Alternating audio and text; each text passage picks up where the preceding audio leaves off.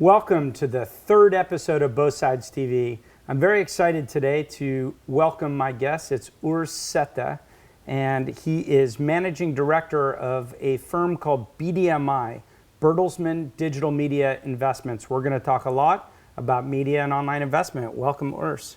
Welcome, Mark. Thanks for having me. And give me the exact pronunciation. I know I was close, but didn't nail it. It's a German pronunciation. Urs Cete. Okay, well, I was as close as an American's going to get to that. Definitely. Es tut mir leid. Well, very good. And you're German. Yep. And Thursday morning is a big morning. What are you expecting to happen this Thursday morning? What should the result be? I think I should not say, but I know that I'll be sitting in the audience at VidCon with earplugs and my Watch ESPN app, and I'll be following. For posterity's sake, if you're watching this in the future, the Germany-USA match Thursday morning, and I'm rooting for a 1-1 tie. Good. Then we're both through. Yeah, that's good. Yeah. Okay, so you work for BDMI. You run BDMI, the Digital Media Investment Group with Bertelsmann. Why don't you first tell us a bit about Bertelsmann? Sure. Some Americans may not know the property. Sure. So Bertelsmann is a big media company, family-owned still, over $20 billion in revenue, over 100,000 employees all over the world. People definitely don't know the name Bertelsmann, but they know some of the divisions that we have. So the largest division would be RTL Group, which is Europe's largest television broadcaster. So they have a lot of channels all over Europe. They also own 100% of Fremantle, which is our content production arm, which people definitely here in LA know. So RTL for Americans is the equivalent of like an ABC. Yeah, exactly. Okay. So and it's not just Germany; it's all over Europe. It's Germany, France, Spain, and even Eastern Europe. So yeah, it's not everywhere, but it has a broad distribution all over Europe. And it's not RTL everywhere, or RTL. No, it's not. Very good Germany, point. No. In Germany, it's called RTL. M6 in France. It's and in Antena 3 in Spain. So it has different names in the different countries. How old is the company? I should know that by heart. It's over 180 years old. Okay. So it's I don't know the exact name. Now, one of the things I remember about Bertelsmann, aside from the fact that they tried to sue my company once. Sorry for that. I'll tell you the story in a minute. But when AOL was the 800-pound gorilla, when AOL was the equivalent of what Facebook is today, and they went into Europe in partnership with Bertelsmann. Is that right? That's correct. It was called Europe Online, EOL. And we ended up when there was the Time Warner AOL deal happening, we ended up making a lot of money on that transaction. That is true. And at one point in time, Bertelsmann had something called Bertelsmann Online, and I had a product called BOL. Oh, okay. Yeah, so my company was Build Online, and we had a product called BOL, and they tried to sue me over the trademark, but... I'm sorry for that. But the lawyers never really pursued it. They sent a legal letter, I put my head in the sand, and we never heard back again. Good. And I think, but do they own Built or no? No, Built is Axel Springer. That's one of our competitors. Okay, so they also tried to sue us. Okay. I didn't go through all the divisions. Should I mention the other businesses as well? Yeah, exactly. Well, the one that everyone knows, I'm sure, is BMG. It's BMG, yeah, Bertelsmann Music Group, which is, we used to be half of Sony BMG, but now that is all Sony Music. But we then opened up a music publisher again. So we're mainly in the music publishing business with BMG. Another division the people here in the US definitely know is called Penguin Random House, which is kind of the largest consumer book publisher. Everybody knows that. I think everybody should know that one. That's correct. And then in Europe we have a division called Gruner and Jahr, which is Europe's, one of Europe's leading magazine companies. So think of them like a Meredith or a Condé or something like that. So you have international media assets that span across books, magazines, television. Do you do anything in film?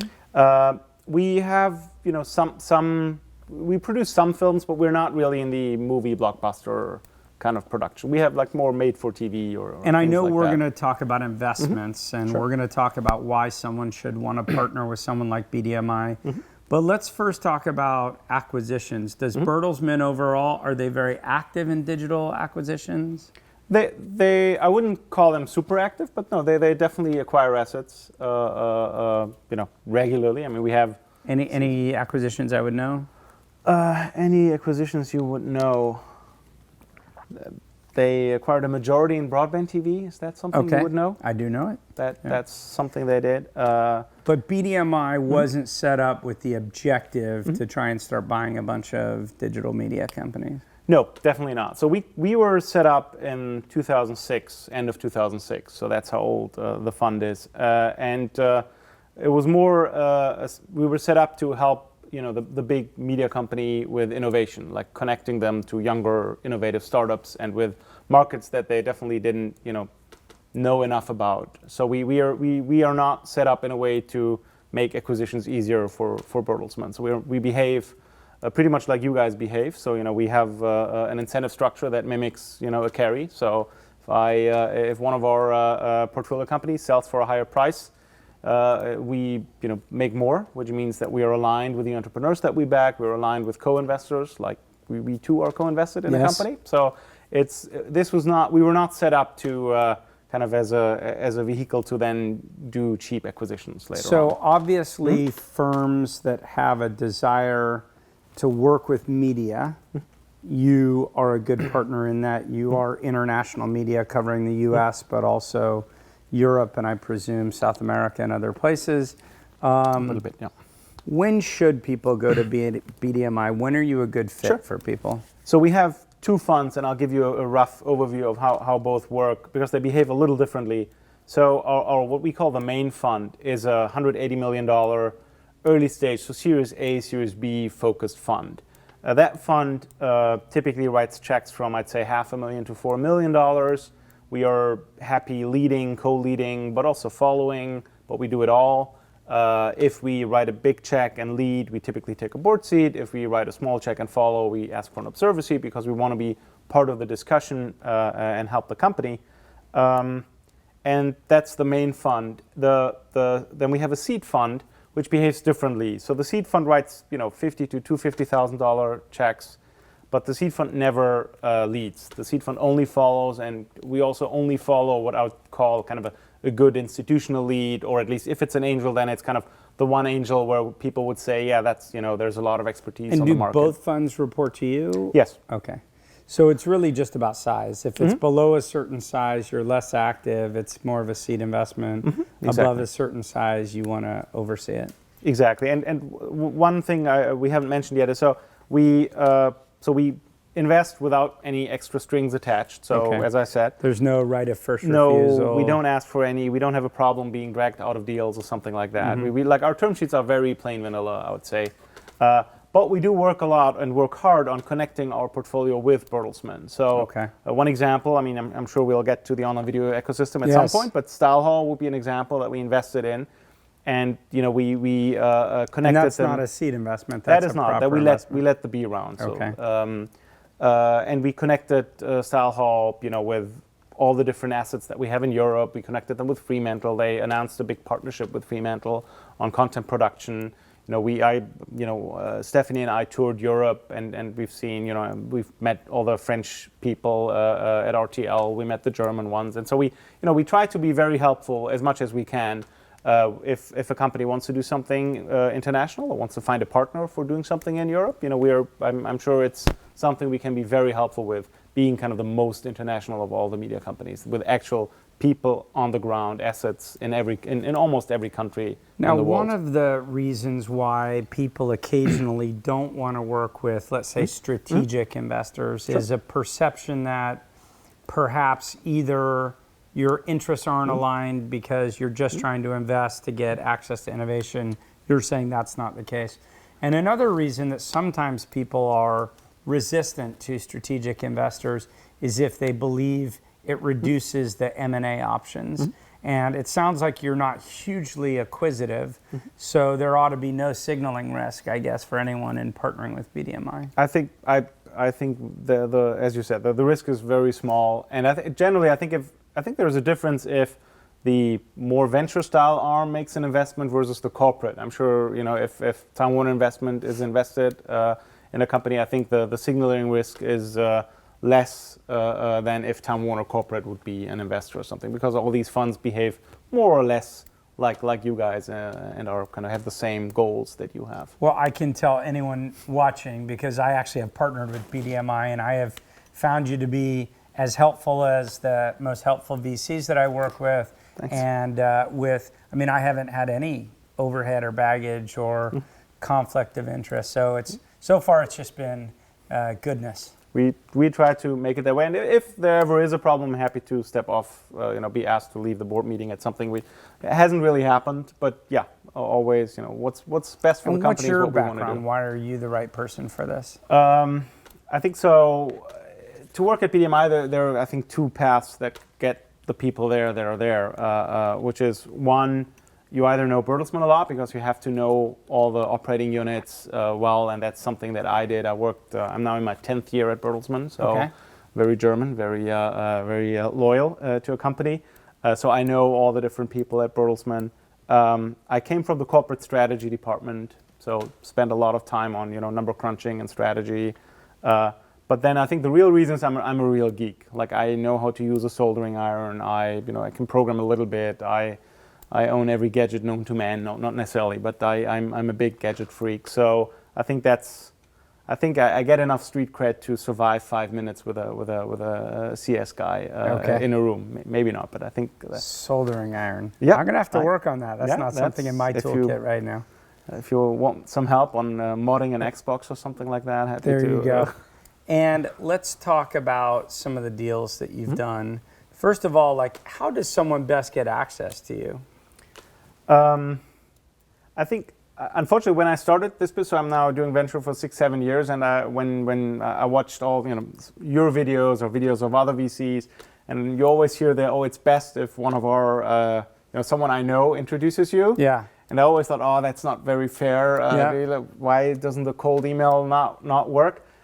Doing this now for 6-7 years, I have to say, nope. It is actually the best to get on our radar is by being introduced via one of our CEOs or someone we know and investors we have, because we get a lot of deal flow in our info box that just is emailed like that. And well, what I tell people is, interestingly, the reason why people like you and me don't want to feel like we have to have a filter is it feels elitist. And you don't seem like an elitist guy. I'm not an elitist person. No, but then I'm unfortunately also German analytical. We actually looked at our deal flow and looked at which deals we ended up doing and how many were kind of cold emails into our info email.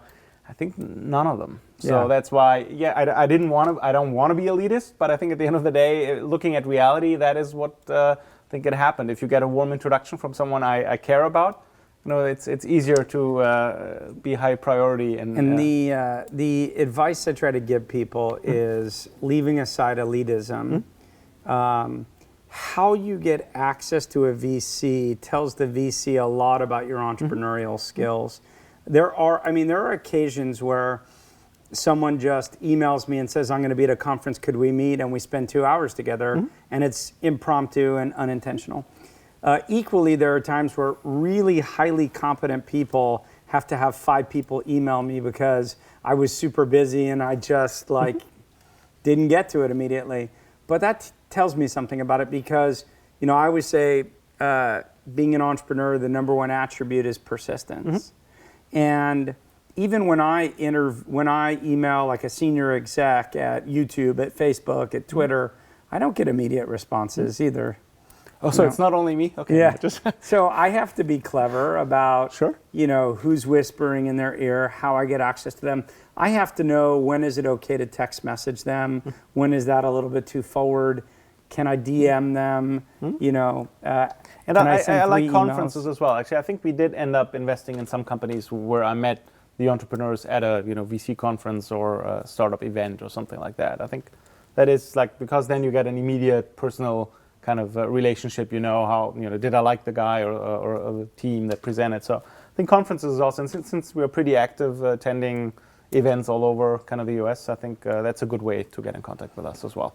And is 100% of your investment activity media, or do you sometimes do software? Do you do soldering projects? Or? No soldering project. That's my pet peeve. No, we actually have. No, pet peeve means you don't like it. Oh, sorry. Yeah, okay, good. Okay. That's the German in me. So so we're highly focused, I would say, as a fund. So we have 3 theses that we kind of set up and got approved by our parent company. First is called Next Generation TV, which is all the online video related stuff. But it's not only content, it's also tools like epoxy and things like that. Second is what we call PubTech, publisher technology. That's all the B2B stuff that you sell to a web publisher or a media company, helping them make more money. So ad tech is part of that, but we wanted it broader than ad tech. So and a lot of these companies more look like a typical SaaS software company. And then the third one is our view on commerce. We call it content community commerce, which is a startup that uses content to kind of strengthen their commerce relationships with the users, and then maybe even has a community. So it's like our parent company wouldn't necessarily care if we invest in a straight up startup that just sells a product on a web page that looks very like Amazon or something like that. It has to be something where content plays a role in the whole transaction. So talking about some video specific, we've already talked about Style Hall. Style Hall is kind of haulers. It's women who video themselves shopping and talking about trends and trying to drive fashion and beauty. What have you learned there? That we love the category. Is that like when we started looking into the whole MCN space, we tried to map out such an ecosystem. Like we created our own little version of the Luma chart, and then looked at what different MCN models are there. There are tech MCNs. There are vertical ones. There are more studio related ones. In the vertical space, we loved Style Hall so much because fashion and beauty is a category where advertising and product, or branded entertainment and product, is so close to each other that people they don't mind if a video is about an eyeliner or something, because that's actually why the people watch the video. So that's, and we like the category. They're really they were already dominant when we made the investment, so they have over 600 million views a month, and it's very concentrated in just one vertical, which is fashion and beauty. And the demographics are very also quite focused, women's focused. So it's I think scale is something that definitely does matter. The big criticism that MCNs came under, MCN, if you don't know, is stood for multi-channel network, which was a euphemism for a YouTube video company. I don't know why. The great criticism is that you have platform risk from YouTube. What have you learned about platform risk and how to mitigate platform risk? Either not just Style Hall, but across Drama Fever or any other investments you made. So generally, our thinking, there is platform risk for sure. And then you want to, I think, analyze, at least we wanted to analyze, which kind of risks do we think are, we are willing to take, and which ones not necessarily. So maybe as an example, an MCN that is highly tech focused, I think I would have a bigger hesitation to invest, given that I think YouTube is a tech platform. I don't think they really want to deal with 17-year-olds shooting video. I think they're more, they focus more on delivering a fantastic platform that the video always runs, and it runs all over the world and in a very good way. And when you say tech focused, do you mean as in focus on the tech vertical, or meaning an MCN? Providing technology services, providing services that at some point YouTube could offer themselves. Because since they are a tech company, they will be developing more and more tools for their networks. But so far it hasn't seemed to hurt full screen, for example. I'm definitely not always right, for sure. But that's one of your But that was one of the thinkings we had concerns. And for Style Hall, I think so far I think they work very well together with YouTube. So because so Style Hall doesn't put that much investment into technology itself. No, they have, but it's not. I wouldn't definitely not call them a kind of a tech focused MCN. Definitely, there's a big difference I think between what a full screen is doing and what a Style Hall is doing. It's more content focused or community focused. The people that are creators in. And has Style Hall started to build owned and operated websites? Are they? They have some of that, but it's predominantly YouTube. Predominantly YouTube. Now, Drama Fever is in the total opposite direction. Drama Fever, like Viki, very early on sourced South Korean content in specific and then wanted to find international audiences to consume that. And they had a fair amount of success with that in the U.S. Why don't you talk a bit about Drama Fever, how you got involved, Sure. how that company's evolved? As a caveat with many things, it's not my deal, but still. So it's Sim's deal, but still. Sim is your colleague. Sim is one of my colleagues, exactly, Sim Blaustein. So Drama Fever is, as you said, it's more like the Hulu for foreign content, kind of would be the, and yes, it started with Korean or like Asian content, but it also moved now into Latin American content, like Spanish-speaking content. And the whole idea is there are pockets of very high quality content that is valued in the country of origin, or where it's kind of mainly broadcast, but not necessarily other places. So there are ways of getting really high quality Korean dramas, for example, and then broadcast them here online to an audience in the U.S. that is interested in high quality but content. done through dramafever.com?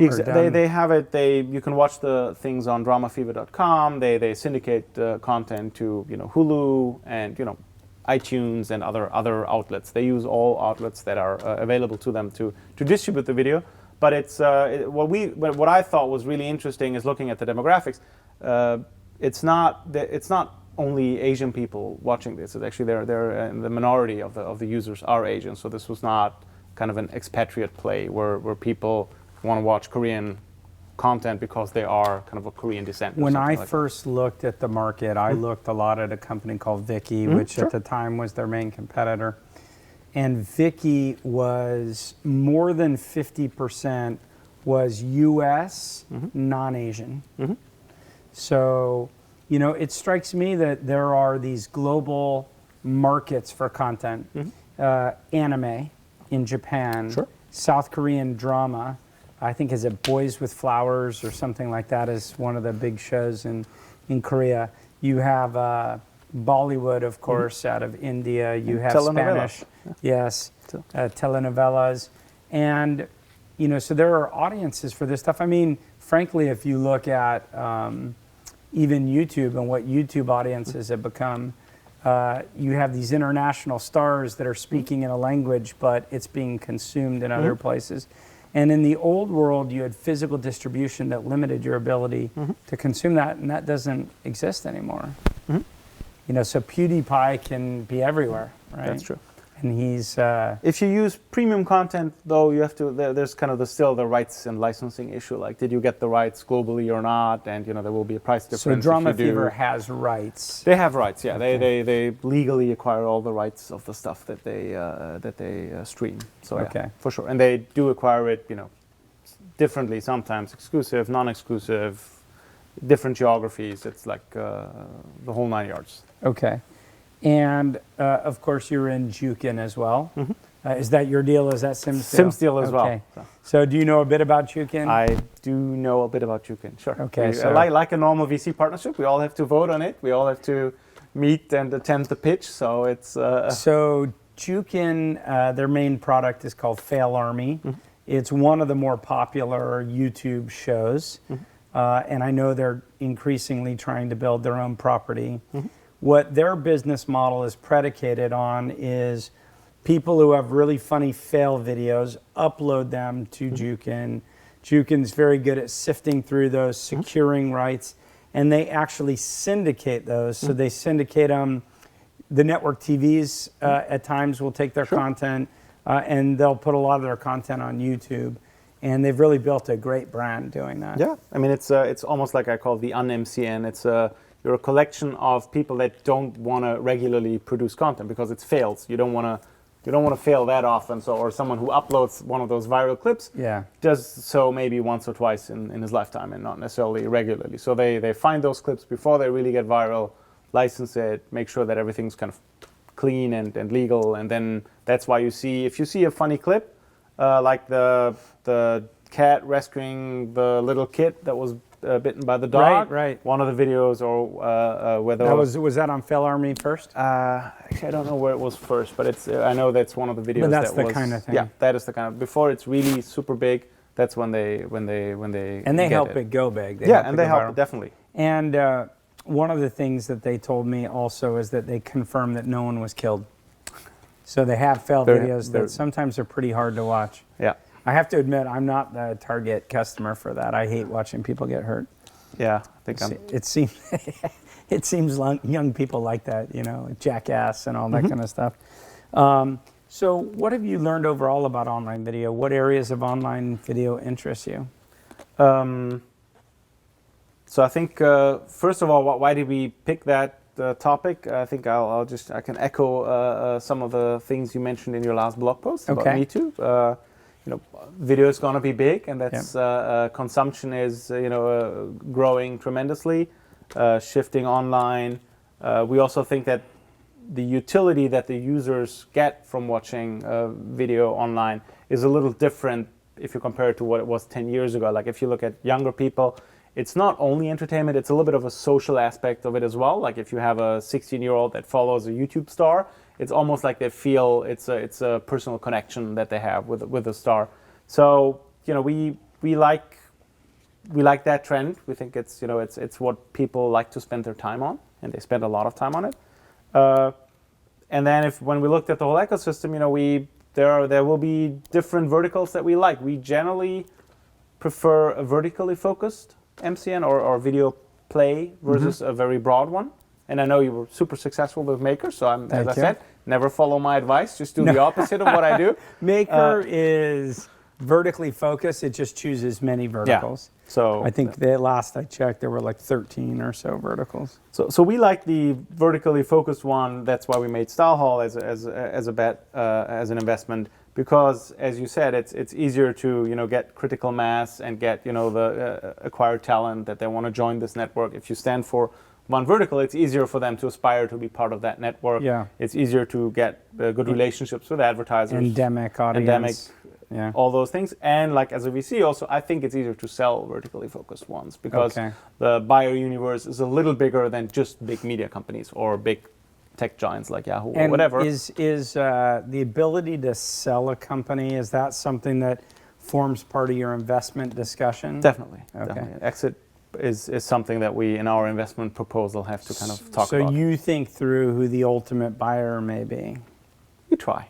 Okay. Since some of the companies are very early, it's not always easy and opposite. And I'm not even sure whether, I'll have to look at some of our older proposals, whether they were right at the end or not.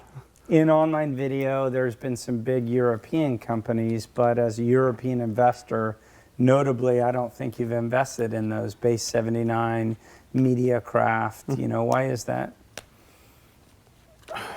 That's I mean, we know them. We know them all. And for some reason, I don't know. It's like, why did you not invest in one or the other? It's might be many things. I don't know. But I'm not German. No, that's true. No, it's definitely good things. No, it's. I think for video, the US is leading the whole space. Definitely. Yeah. I mean, and that's why I think we spent more of our efforts in the US when it comes to online video. Do you look at all in China, India, Brazil, emerging markets? Bertelsmann has separate funds for all these geographies. So there is a BAI, which is Bertelsmann Asia Investments out of Beijing. There's Bertelsmann Brazil Investments and Bertelsmann Do you guys India ever then partner with them? Like, if you're competing on a deal, wouldn't it make sense to bring in BAI and what's another one? BBI, BII, like what is BBI? Brazil Investments and India Investments. So BRIC without the R. For some reason, there is no BRI. So you don't invest in Russia. No, we have enough assets there. Is this like a German thing? You don't like the Russians? No, we like everyone. That's, I'm just teasing. Just sure. But like, wouldn't that be a value prop for you that you could say we're going to bring 200,000 from each of our territories, and therefore you've got like an extension into those markets one day when you want to expand? Sure, but I think we sell that value prop without having to use their money for it makes the deal a little more complicated. But like, I work very closely with the other venture funds, and so if StyleHall wants to spend time in China meeting every video player that's out there, we can make that happen. Gotcha. I don't need BAI to contribute a part of the investment check to make that happen. Gotcha. Now, you've got Random House? No. Penguin Random House. Penguin Random House. What do you make of the whole Amazon controversy in book publishing? They seem to be playing with a pretty rough bat, like deprecating. It was at Hachette, I believe, that they weren't getting the deal that they want, so the people who published through those book publishers suddenly weren't getting listings on their site? I'm sure that it's not my expertise. The book space is not my expertise. But how do you deal with a distribution channel that is the majority of your of your business? So how do video companies live with that if YouTube is in the same? Do you situation? think that'll continue to be the trend on TV? Do you think will we see 5 years from now more consolidated video companies? Will YouTube and Amazon rule them all, and then we all are getting beat up by YouTube and Amazon, or do you think we'll see more fragmentation? I mean, I think YouTube will be definitely a player, like in the whatever 5, 6, 7 years, whatever it is. I don't see a future where they're not. Will I only see 1 or 2 players? I don't think so. I think video is attractive enough. The monetization works kind of well enough that I think there will be more players that want to try this and want to get a stake in the whole video ecosystem. So are you guys looking at over the top at all? Are you looking at how to distribute via Xbox, PlayStation, Amazon Fire? So Bertelsmann, the RTL group, I'm sure they are. I'm sure they, yes, for sure. But not as an investment these days. I mean, to some degree, Drama Fever is an OTT play. It's over the top premium content. So we looked at that. We looked at some of those startups that wanted to kind of replace, could be a virtual MVNO or something like that. So we definitely spend time in the space. Everything in the video space is interesting. Gotcha. And what about you? Overall video infrastructure. Have you looked at any infrastructure investments? Yes, I fear once it gets too technical, then it's something which does not necessarily fit well with us, because we will not be super helpful in that case. I fear. Generally, I only want to make an investment if I think that I can be really helpful. Mm-hmm. And sure, we can make some introductions if it's kind of real infrastructure, I don't know, codecs or something like that. I did look at a couple of companies that have video compression codecs or something like that, but if it's too technical, I think there are other venture funds that have more expertise in making a judgment. Stick to the knitting, more media related. Yeah, definitely. So Epoxy is one we should cover. We're both investors in that company, so that's it's nice when you do an investment with someone, because then you have a good excuse to talk to them all the time. Sure. What was your thesis behind Epoxy? Well, the initial feedback, like how the company started, was helping people get distribution off YouTube as well, like using Facebook to drive views on YouTube initially, and now then it expanded to kind of more channel management, getting social distribution and analytics as well. And we liked the space. As I said at the beginning, we looked at the whole map from content production to consumption, and there's a couple of buckets of tools that help video producers, and we had a white space and said we want to be in one of those companies that helps video producers with analytics and with distribution, and so that's why we ended up investing with you. And a typical deal that you do like that, it seems, at least my experience from Epoxy, you bring the media companies to the table to use the tools to become part of your due diligence to decide if it's a good fit. Definitely. I mean, we always. For the seed fund, sometimes a little less, because we have to be faster and get stuff done in a timely manner. But generally, we use our divisions a lot for due diligence. Mm-hmm. But we always make sure that there's kind of a Chinese wall that if, for example, we ask for 2 decks when a company presents one that has all the numbers and how much you're raising and things like that, but that deck only stays within the venture fund. And then we ask for one which is more product focused that we can then share with our divisions, because we don't want to talk about any secrets that the company feels uncomfortable mentioning. So, but then yes, we did connect Fremantle, for example, with Epoxy, and they have been using the tools and they like it. So that's how our process typically works. And what areas, we've talked a lot about video, what other areas, give me some examples of other investments you made non-video. So I think let's talk about the last deal. It's a company called Zergnet. Okay. Zerknet. Zerknet. That sounds like something a geeky person would invest in. It is, yeah, for sure. Hello, Do you know where Zerk I have comes from? Zerknet. It's actually from a game. So it's a reference to a game, StarCraft. Soldering game. No, it's not a soldering game, but it should be. It should be. So what is Zerk? It's a recommendation engine for content. So it's a little bit like what a Taboola, Outbrain are doing. But it's an like, audience management platform. So does it compete with Outbrain and Taboola? They don't have the same model yet, so I don't think so. I mean, they do compete with positioning of their widget, but it's not the same model that they use. It's called Zerk. Zerknet. Zerknet. Zergnet. Okay. And so they partner with media companies. They do content recommendation. They show you spammy content, try to get you to click. And then they get paid if you click on it? Pretty much completely wrong, but that's good. So it's a very premium network. They only take a small percentage of the people that want to be part of the network into the network. Yeah. So it's the Hearsts, Condé Nasts, it's those kind of people. Okay, so they work with big players. They work with big players. Much less spammy. Much less spammy. No diet pills. No, the content is very different. It's actual content that you sometimes would want those to consume. recommendation sites end up being a little bit spammy. I know, for sure. So they work a little differently, and then for clicks that leave the publisher, they will then get a multiple back on new uniques, that help with your comp score, and so it's publishers love it. It's you give them good high quality traffic. Okay, well, no offense to Zerknet, I was just teasing. Sure. And what's another example of an investment you've done? Maybe Frank and Oak would be another good one. It's because it's not, I think, not immediately clear why we made the investment or not. Okay.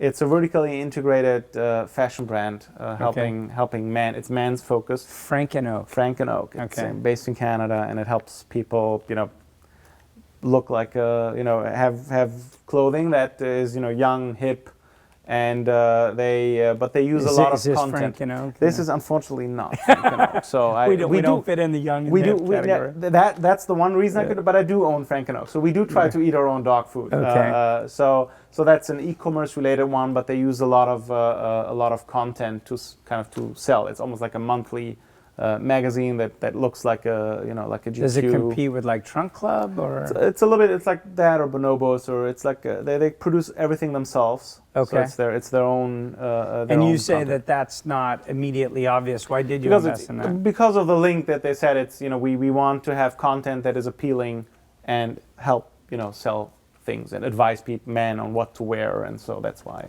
Let's talk about entrepreneur advice. Mm-hmm. What do you see going on in the world of valuations these days? I mean, they seem to be skyrocketing. Is that true? And are you investing less? And how should entrepreneurs think about how to price themselves in this market? So I think there is a tendency for valuation to go up. I see that as well. And I think our advice to our portfolio is raise at the moment. Okay. Take what's take out money. there. Yeah. Take money. Who knows what's happening to the economy or not. So, but I think there's also another trend that if I compare the early stage deals that we do now or the seed deals we look, the companies are much further along now than they were, a couple of years ago. I think for some of our startups, like we have companies in our seed portfolio that are, doing, a couple million in revenue already when we made the seed investment. Okay.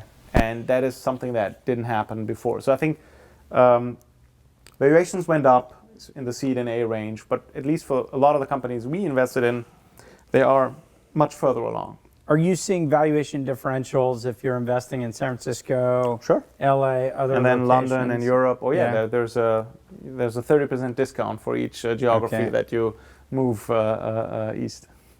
So there's an arbitrage opportunity. You should invest in Chicago and then move them to Silicon Valley for their next round? That's maybe something I should think about, yeah. But it's the problem there is you then have to move the company, and that is because if you don't, the following rounds you'll always have the same problems. If you're an East Coast or West Coast based firm, I think it's still much easier to raise funding compared to the same startup that is doing the same and is in London, for example. Based on 2014, what advice do you have for entrepreneurs about funding? Go out, raise funding now. I think the market is a little frothy. Okay, and that's a good thing? So get your money while it's high prices? Is that, or just while it's easier to raise? Haven't we been saying it's frothy for like 3 or 4 years now? Like, should they believe us anymore? That's a tough one. I think, but valuations are going up, and so the trend is still there. If I look at the average valuation paid this year versus the year before, I think it's gone up. Yeah. So I think, take the money. How about accelerators? Are you a believer that people should go into accelerators? Are you? I think it is helpful. I mean, there are different models out there. They take different kind of ownership stakes, and so. But I think the models that are more prevalent here in the U.S., I think they're all good. We have invested in companies out of those. A couple of the LA-based ones we've invested in launchpad companies and macro companies. So we've done several. We're quite happy with those. Sometimes in Europe, the models are a little different. They take too much equity. Okay. Which then, at least for me, creates a problem at some point. It's a cap table can be too challenging to it can deter me from investing if it's a very weird cap table with too much ownership in people that are not value contributing. But you find it generally. Generally, I think they learn stuff, and I think they learn how to present. Definitely, that is something they do quite well. Yeah. So I think for investors, beware. It's caveat emptor. You have to dig a little deeper maybe in a company. But you spend time at accelerators. Yeah. You go to demo days. Yes, sure. We go to demo days. Yeah. Gotcha. Well, I think that's all the time we have today. I think the thought I'd like to leave people with is when I first heard that a German media company was making a bunch of investments, I first thought, okay, well, they won't have a sense of humor. But but after that, I thought,